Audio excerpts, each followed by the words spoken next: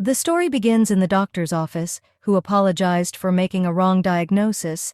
He told Lady Blanchette that she would not die. The girl who was diagnosed with a life expectancy of 3 months, Lariette Blanchette. Lariette began to chuckle. She thought that she would die soon and lived, doing the things that she always wanted.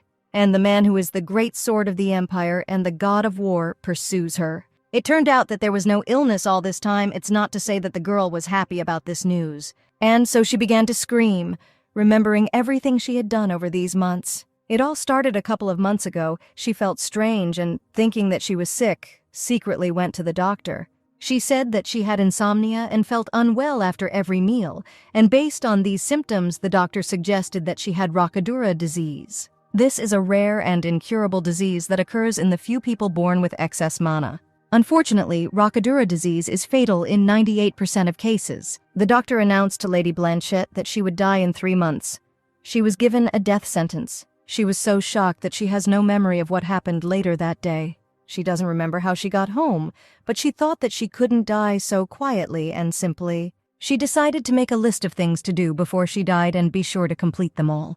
Larietta stood up and shouted that she would accomplish the list of things she wanted to accomplish in her life. Her friend, although she did not understand what she was talking about, joyfully supported her, and Larietta asked what she would like to do before she died. The devoted girl said that the only desire she has is to die for her princess. Larietta was moved by such devotion, but her maid added that first she needed to comb her hair because she did not know how to do it. The girl told Larietta that she would like to buy all kinds of cakes and eat a little of each. Having said this, she forced her princess to go to dinner. Larietta herself didn't want to go there. She really didn't want to, because she didn't get along well with her family. For example, a father who wants to sell his daughter to a rich old marquise, a grand duke who participated in the founding of the country, but their business went bankrupt. The mother, who is at the same time as her husband, also wants to sell her as quickly as possible. She herself married for convenience. And our heroine, who pretends to be a naive fool but in fact understands everything, is Lariette Blanchette, and also her older brother whom her parents truly love, Rayon Blanchette. The successor, Rayon, completed all the courses to prepare for inheritance. She is the second child, and received neither support nor education.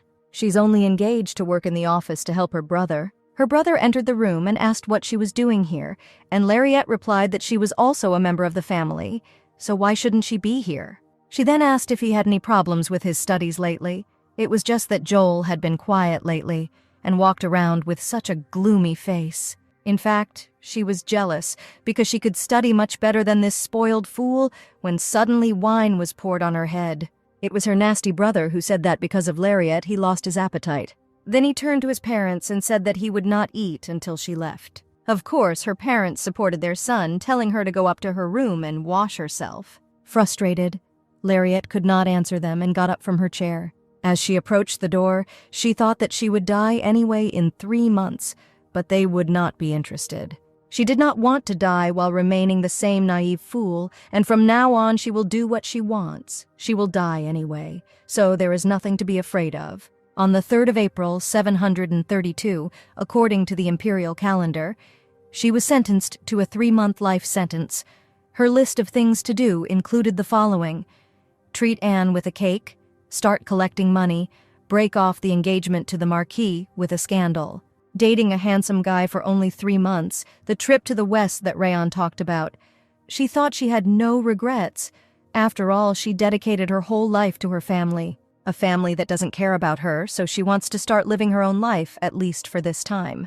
She was glad that she was able to fulfill her first wish right away, to treat Anne to cake. Suddenly, their carriage got stuck in a hole, or rather a wheel, and the coachman said that he would immediately try to sort it out. Larietta looked out and asked if her help was needed, because she could figure it out faster. But Anne quickly grabbed her and dragged her back, saying that the Duke of Candella's carriage was next to them. They say that this is the most powerful family in the Empire, and the Duke himself is like a monster. Suddenly, the carriage rose, and when Larietta looked out again, she saw a guy in front of her with his mouth bandaged. He was able to lift the carriage with one hand. Larietta was happy, and thought that she now understands why this is a special family. But when she returned home, an unpleasant surprise awaited her. She was hoping to rest, But this fat man, Marquis, appeared. This toad continued to pester her and paw her in every possible way, telling her that soon they would be spouses. She remembered her list, in which she wrote that she wanted to break off their engagement, when this vile guy approached and said that she looked delicious. Larietta decided to break off their engagement today, and began to use her abilities, today, created to get rid of all unpleasant things. Great wizards have always been born in the Blanchet family, among them Larietta Blanchet, a real sorceress who has always surpassed Rayon. She was gifted with magical talent, but was never able to learn how to use it correctly. Rayon himself was always jealous of Larietta's talent. This magic was the result of classes with teachers who knew about her talent, which Lariette sometimes attended. Larietta shut the vile Marquise's mouth and said that he would only explain once, so he needed to listen carefully. She approached him and said that she had absolutely no intention of marrying him, and just like that, spectacularly, she broke off the engagement. Larietta directly said that he is just trash, that he evaluates the value of people and themselves in monetary currency. The girl's parents went outside, and when they saw this, the father immediately dispelled her strength, and the fat man fell to the ground. When he was finally able to speak, he told Larietta that he would never forget this humiliation, but our girl was already benefiting from it. But of course her parents tried to stop him, saying that she was still immature, but the Marquis insisted on his own and quickly left. Lariette thought that for these people, money is more valuable than their daughter, and the Marquis generally buys people as slaves. She was thinking about how tired she was of these fools when her mother began shouting that she was crazy. Larietta replied that she should have done this a long time ago, when suddenly she was hit. Good luck came from her father, who shouted that he was determined to pay off all the debts of the Blanchette family, and she ruined everything. Having come to her senses, Lariette asked whether it was her fault that the family was in debt, and why she should pay for other people's debts. Her family did nothing for her, did not feel any interest or love. Her father decided to sell her to enjoy money and fame, and she was supposed to become the Marquis's toy. The mother started screaming that the food she eats, the clothes she wears, the place where she sleeps, she screamed that Larietta must pay for living like a princess all this time. That is why, all this time, she performed Rayon's duties, on the estate office, was in charge of documents, and became an exchange product in their hands and in the hands of the Marquis. The father started shouting that she should have just done this earlier. He cherished her, but didn't even know how to repay her. That's what this man thought. Her father ordered them to remove her name from the family registry right now. Lariette replied that it was just a piece of paper, which meant nothing.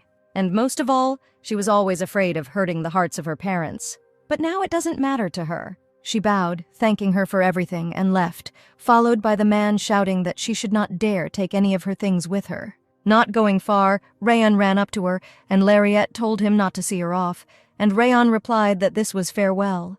The asshole asked how she dared ruin the family's mood by being here and insult him at dinner. He shouted that she didn't even know how to use the same earth magic, not to mention other elements, and apparently decided to show off his powers.